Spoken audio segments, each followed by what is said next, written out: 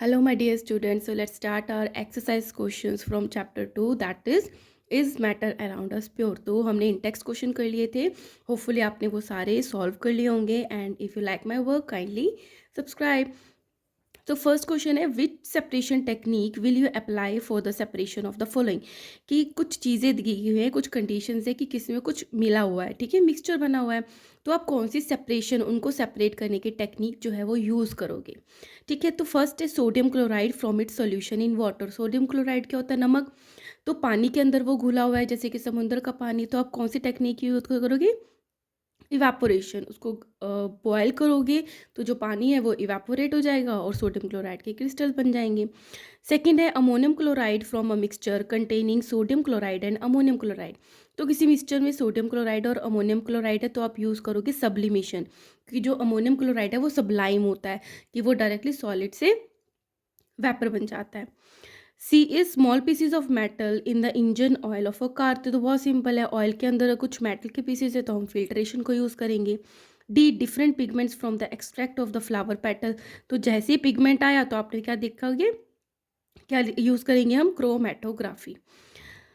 Next is butter from curd. Curd में से अगर बटर निकाला है तो सेंट्रिफिकेशन, ये हमने बहुत बार पढ़ लिया. ऑयल फ्रॉम वाटर तो हम क्या करेंगे? Separating funnel. पहले उसको स्टैंड स्टिल खड़ा होने दे देंगे, जब वो आपस में सेपरेट हो जाएंगे तो नीचे से पानी को निकाल लेंगे और जैसे ही ऑयल आना स्टार्ट हो जाएगा वैसे उसको बंद कर देंगे तो उससे सेपरेट हो जाएगा. Tea leaves from T. हम तो रोज़ चाय बनाते हैं तो फिल्ट्रेशन छलनी यूज़ करते हैं. Iron pins from sand. Sand में से कुछ आयरन पिंस हैं तो मैग्नेटिक सेपरेशन, मैग्नेट पास ले जाएंगे तो आयरन की पिन सेपरेट हो जाएंगी. Wheat grain from husk. जो हमारे गेहूं के दाने हैं उसके जो छिलके होते हैं उसमें से अलग करना, या तो विनोइंग या सेडिमेंटेशन. ठीक है, तो विनोइंग में क्या होता है, एक बहुत बड़ी सा छज्जा सा होता है जिसको ऐसे हिलाते हैं, आपने देखा होगा फार्मर्स यूज़ करते हैं. तो हवा के साथ जो वो हस्क है वो लाइट होता है तो वो दूर जाते के गिरता है, और जो ग्रेन होती है वो हैवी होती है तो वो पास में गिर जाते हैं. तो इस तरीके से सेपरेशन हो जाता है. Next is fine mud particle suspended in water. तो इसके लिए हम यूज़ करते हैं डिकेंटेशन या फिल्ट्रेशन मेथड को यूज़ किया जाता है. नेक्स्ट क्वेश्चन बहुत ज़्यादा इंटरेस्टिंग है कि right the steps you would use for making tea. आपने चाय बनानी है तो क्या स्टेप्स यूज़ करोगे, लेकिन उसमें एक वर्ड ट्विस्ट है कि यूज़ द वर्ड्स. आपको उसमें कुछ वर्ड्स यूज़ करने हैं, like solution, solvent, solute, dissolve, soluble, insoluble, filtrate and the residue. तो आपने पूरा चैप्टर पढ़ लिया तो होपफुली आपको इन सब के मीनिंग जो है वो पता होंगे. सो स्टेप्स क्या है? सबसे पहले हम क्या लेंगे? Take a cup of water in a container. जिसमें चाय बनानी है उसमें 1 कप हमने पानी लिया तो वो वाटर क्या है? As solvent. उसमें घुलने घुलने वाली चीज़ें डालेंगे हम. And heat it. Next step में ऐड शुगर इन इट. उसमें हमने शुगर ऐड किया विच इज़ सॉल्यूट, क्योंकि वो उसमें घुल जाएगी. Heat it till the all sugar dissolve. तब तक गर्म करेंगे जब तक पूरी शुगर जो है वो डिजॉल्व नहीं हो जाती. Third, you get a solution of water and the sugar. तो जब वो उसमें डिजॉल्व हो गया तो हमें क्या मिला? सॉल्यूशन मिला वाटर और शुगर का. फोर्थ स्टेप क्या है? Sugar is soluble in water completely. और जो शुगर है वो पूरी पूरी सोल्यूबल होती है पानी में और घुल जाती है.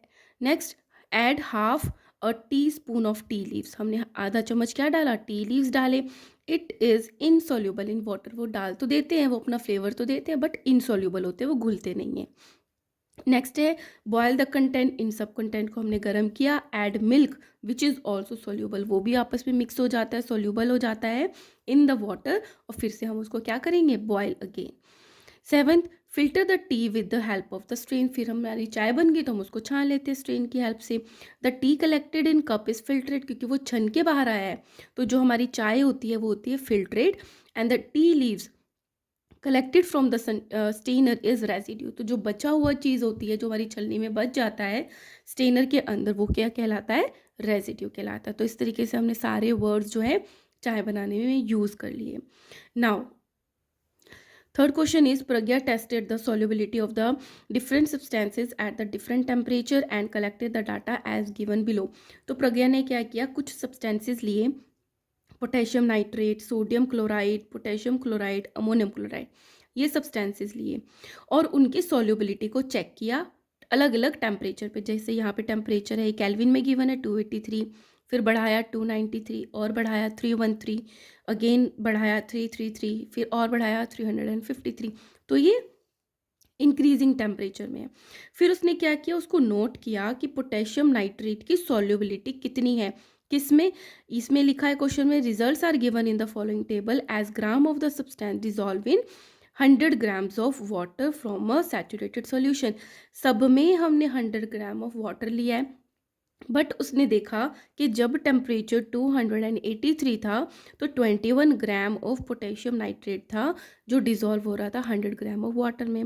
फिर उसने जब टेम्परेचर को बढ़ाया तो उसने देखा अब 21 से वो 32 ग्राम डिज़ोल्व हो रहा है इन 100 ग्राम वाटर में। वाटर की क्वांटिटी सेम ही थी। फिर और टेम्परेचर बढ़ाया तो और ज़्यादा सॉल्यूट जो था वो घुलने लग गया। फिर और ज़्यादा, इट मीन सॉल्युबिलिटी जो है वो इंक्रीज हो रही है टेम्परेचर इंक्रीज के साथ साथ। तो सिमिलरली आप देखो कि सबका सॉल्युबिलिटी धीरे धीरे बढ़ रहा है।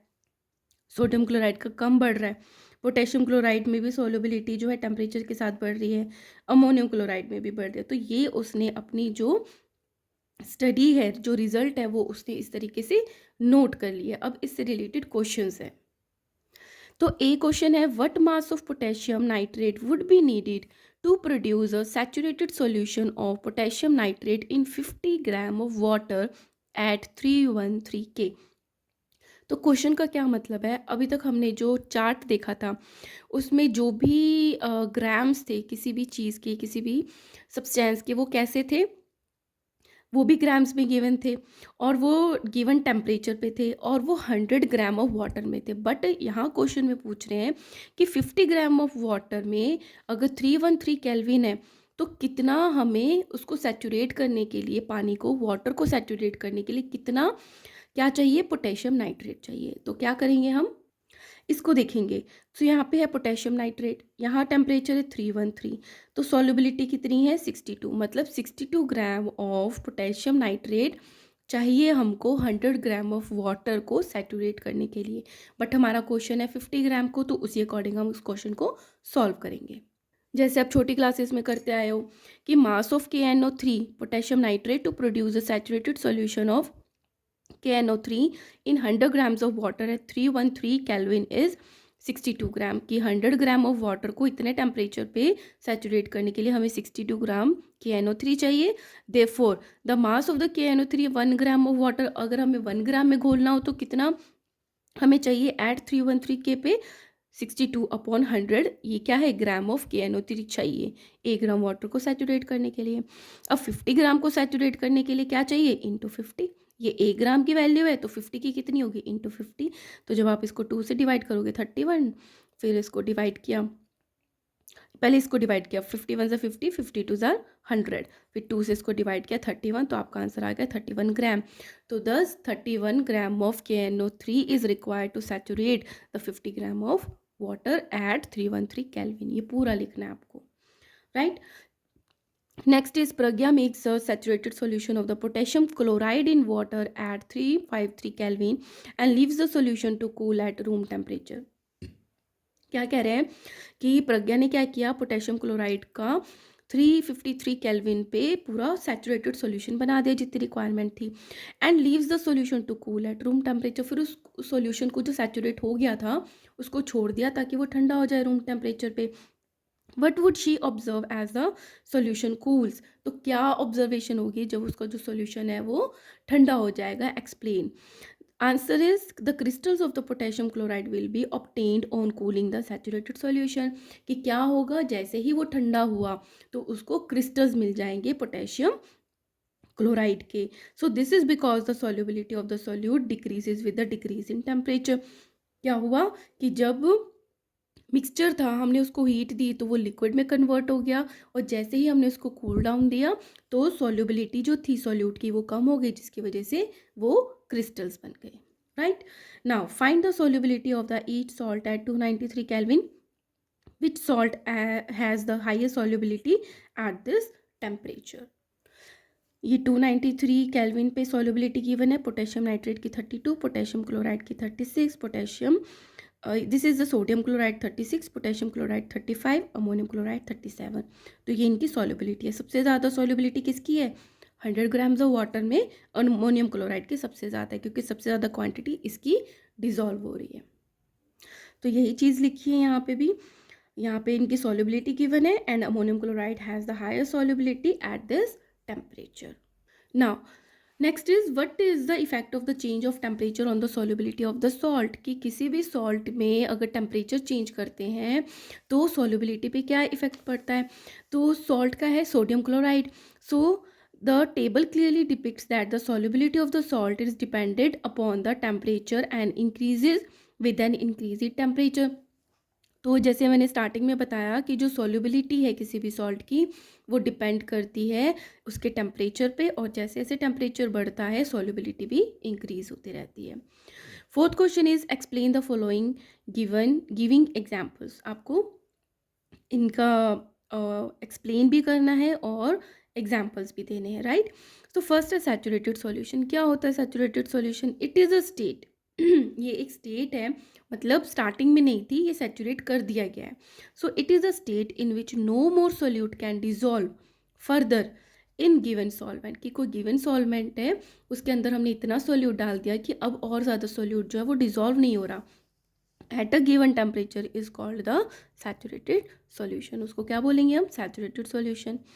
B is pure substance. किसको बोलेंगे? A substance is said to be pure when it comprises only one kind of particle. जिसमें only and only one kind of particles हैं उसको हम बोलेंगे कि वो pure substance है. Example gold, silver. अगर पूरा का पूरा gold है उसमें कोई impurity नहीं है, कुछ और नहीं डला हुआ है, तो वो pure है. Similarly silver. Colloid क्या है? A colloid is a solution in which size of the solute particle are bigger than that of the true solution. तो जो हम true solution बनाते हैं, homogeneous बनाते हैं, तो colloid solution में क्या होता है, जो solute particles होते हैं, जो घुल रहे होते हैं, उनका जो size होता है वो बड़ा होता है. So these particle cannot be seen with a naked eye. but बड़ा तो होता है लेकिन हम naked eye से उन particles को देख नहीं पाते. And they are stable. जैसे मिल्क में वाटर है या वाटर में मिल्क है तो रखेंगे तो वो एज इट इज़ रहेगा, वो सेटल डाउन तो नहीं हो जाएगा. तो ये जो कोलॉइड्स होते हैं ये स्टेबल होते हैं. Colloids are distinguish from the solution using the Tyndall effect. और अगर हमें किसी कोलॉइड को सॉल्यूशन से डिफ्रेंशिएट करना है तो हम देखेंगे कि जो कोलॉइड है वो टिंडल इफेक्ट को शो करते हैं बट जो सॉल्यूशंस है वो नहीं करते. Example milk and blood are the examples of colloid. D is suspension. Suspension क्या है? जिसमें सोल्यूट के पार्टिकल्स जो होते हैं कोलॉइड से बड़े होते हैं. It is a heterogeneous mixture. Colloid भी हेट्रोजीनियस मिक्सचर होता है in which the solute particles are insoluble in medium. एक इसमें तो सोल्यूबल होते हैं बट इसमें जो सोल्यूट पार्टिकल्स होते हैं वो इनसोल्यूबल होते हैं, घुले हुए भी नहीं होते. And big enough to suspended. और उसमें क्या होता है, जैसे पानी में हमने मिट्टी डाल दी तो थोड़ी देर इसको रख देंगे तो मिट्टी अलग हो जाएगी. और ये टिंडल इफेक्ट को भी शो करते हैं. ठीक है, they also shows the Tyndall effect. ठीक है, और ये कैसे होते हैं? अनस्टेबल भी होते हैं, right. Now fifth is classify each of the following as a homogeneous or the heterogeneous mixture. तो कुछ एग्जाम्पल्स गिवन है उसमें से आपको होमोजीनियस और हेट्रोजीनियस को अलग अलग करना है. होमोजीनियस में है soda, water, vinegar, filtered tea and air. These are the examples of homogeneous. And heterogeneous के हैं wood and soil. Next is how would you confirm that a colourless liquid given to you is a pure water. आपको ना एक colourless liquid दे दिया जो पानी जैसा दिखता है बट आपको ये बताना है कि वो प्योर है या नहीं. प्योर मतलब उसमें कोई इम्प्योरिटी नहीं है. तो आप कैसे बताओगे? Answer is by finding the boiling point of a given colourless solution. हम क्या करेंगे, उस जो सोल्यूशन गिवन है हमें, लिक्विड जो गिवन है सॉरी, तो उसका हम बॉइलिंग पॉइंट फाइंड करेंगे. If the liquid boils at 100 degree Celsius at atmospheric pressure then it is pure water. अगर वो जो गिवन लिक्विड है 100 डिग्री सेल्सियस पे बॉयल होना शुरू हो जाता है, इट मीन्स वो प्योर वाटर है. This is because the pure substances have the fixed melting and the boiling point. क्योंकि हमें पता है कि पानी का 100 डिग्री सेल्सियस होता है, पर किसका होता है? जो प्योर होते हैं. तो जो प्योर सब्सटेंसेस होते हैं उनका melting and boiling point fix होता है. But if there is a decrease और increase in the boiling point, अगर हमने देखा कि पानी जो है वो 90 डिग्री सेल्सियस पे बॉयल हो रहा है या 110 पे बॉयल हो रहा है, तो it means we infer that the water has added impurities hence not pure. तो हमें पता चल जाएगा कि उसमें इम्प्योरिटीज़ है, तो जो गिवन लिक्विड है वो प्योर नहीं है. ठीक है. Now, seventh question is which of the following material fall into the category of the pure substance? किसको हम pure substance की category में रखेंगे? Ice, milk, iron, hydrochloric acid, calcium oxide, mercury, brick, wood, air. तो following substances from the above mentioned list are the pure substances. Iron, iron है तो पूरा iron है. Ice है पानी है. Hydrochloric acid, hydrochloric है, mixture नहीं है. कैल्शियम ऑक्साइड हो गया, कंपाउंड हो गए हैं ये. मरकरी हो गया. जो ब्रिक, वुड और एयर है ये कैसे होते हैं? मिक्सचर्स होते हैं. They are not pure substances. Next is identify the solutions among the following. Solutions बताने हैं कौन से हैं? Soil, sea water, air, coal, soda water. The following are the solutions from the above mention list of mixtures are sea water. Sea water जो है, air जो है, soda water जो है, ये कैसे हैं? सॉल्यूशंस हैं. ठीक है, बाकी सारे जो हैं वो क्या है? मिक्सचर्स हैं. Now ninth question is which of the following will show the Tyndall effect. Tyndall effect कौन शो करता है? एक तो सस्पेंशन और कोलॉइड शो करते हैं. सॉल्ट सॉल्यूशन होमोजीनियस होता है, ये नहीं करता है. मिल्क करता है क्योंकि ये कोलॉइड होता है. कॉपर सल्फेट सॉल्यूशन नहीं करता है क्योंकि ये भी कैसा होता है? होमोजीनियस होता है, पूरा घुल जाता है. स्टार्च सॉल्यूशन भी कैसा होता है? ये भी शो करता है Tyndall effect. So Tyndall effect is exhibited by only milk and starch solution from the above mention list of the solutions. Right. Now 10th question is classify the following into elements, compound and mixer. तो आप वो question में देखोगे तो आपको बहुत सारी चीज़ें दे रखी है, उसको क्लासीफाई करनी है. एलिमेंट कौन सा है? जिसमें एक ही तरीके का सब्सटेंस है. कंपाउंड जो एक या दो एलिमेंट से मिलकर बना हुआ है सब्सटेंसेस से. और मिक्सचर क्या है? जिसमें मतलब कुछ भी फिक्स क्वांटिटी नहीं है, वो जस्ट रैंडमली मिक्स किए हुए हैं. तो एलिमेंट है sodium, silver, tin and silicon. Compound है calcium carbonate, carbon dioxide, methane. अब जो कार्बन डाइऑक्साइड है वो CO2 ही है. C2O2 होगा तो वो कार्बन डाइऑक्साइड नहीं होगी, है ना. C2O2 मतलब मिक्सचर है, कैसे भी हमने कर दिया. तो कंपाउंड में भी फिक्स्ड रेशियो होती है. मिक्सचर हो गया, सॉयल हो गया, शुगर सॉल्यूशन, मतलब हम पानी में 5 ग्राम भी डाल सकते हैं, 100 भी डाल सकते हैं. Coal, air, blood and soap, ये सारे एग्जाम्पल्स जो हैं वो मिक्सचर्स के हैं. Now the last question is which of the following are the chemical changes. Chemical changes कैसे चेंजेस होते हैं? वो चेंजेस जो कन्वर्ट होने के बाद अपनी प्रॉपर्टीज़ को खो देते हैं, है ना, वो केमिकल चेंजेस है. या कि वो केमिकल रिएक्शन होने के बाद वापस से अपनी पिछली जो स्टेट है वहाँ पे नहीं जा पाते. जैसे पानी होता है, उसको हमने ठंडा किया तो वो आइस बन गया, आइस को गर्म किया तो वो पानी बन गया, तो रिवर्सिबल हो रहा है, तो वो तो फिजिकल चेंज हो गया. लेकिन हमने सब्जियां खरीदी और उससे हमने खाना बनाया, सब्जी बनाई, ठीक है, तो हम उसको वापस से चेंज तो नहीं कर सकते उनकी प्रीवियस सिचुएशन में. तो वो क्या हो गया? केमिकल चेंज हो गया, केमिकल कॉम्पोजिशन ही चेंज हो गया. So growth of plant, rusting of iron, mixing of iron filling and sand, cooking of food, digestion of food, freezing of water, burning of candle. तो ग्रोथ ऑफ अ प्लांट, एक growth हो रही है plant की, वो वापस seed नहीं बन सकता, तो ये क्या है? केमिकल चेंज है. रस्टिंग ऑफ आयरन, आयरन में रस्टिंग होगी, ये भी केमिकल चेंज है, वापस से आयरन नहीं बन सकता. Mixing of iron filling and sand, इनको हम अलग कर सकते हैं, जस्ट मिक्सिंग हुई है तो उसको फिल्टर कर सकते हैं. कुकिंग ऑफ फूड, कुक किया फूड, ये भी केमिकल चेंज हो गया. डाइजेशन, हमारा खाना खाया हमने, स्टमक में, इंटेस्टाइन में डाइजेस्ट हुआ, तो वो भी क्या है? केमिकल चेंज है.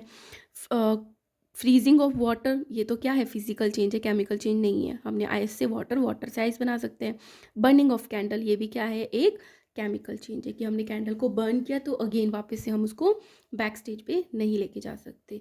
सो here we have completed this chapter guys, and hopefully आपको ये चैप्टर बहुत अच्छे समझ आया होगा. कोई भी क्वेरी है तो आप कमेंट बॉक्स में कमेंट ड्रॉप कर देना. I will try to respond you, और मुझे अच्छा लगेगा आपसे बात करना. And if you like my work, kindly like, share and subscribe. Thank you.